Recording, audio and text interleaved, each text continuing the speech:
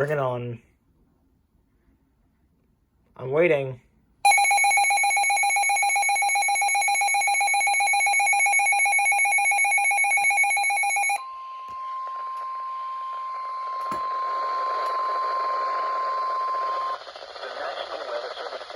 Virginia has issued a severe thunderstorm warning for southeastern Madison County in northwestern Virginia, central Orange County in central Virginia, southwestern Culpeper County in northern Virginia until 4:45 p.m.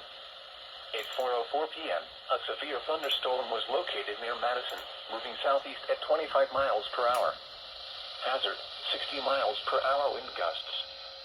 Source, radar indicated. Impact, damaging winds will cause some trees and large branches to fall. This could injure those outdoors, as well as damage homes and vehicles. Roadways may become blocked by downed trees. Localized power outages are possible. Unsecured light objects may become projectiles.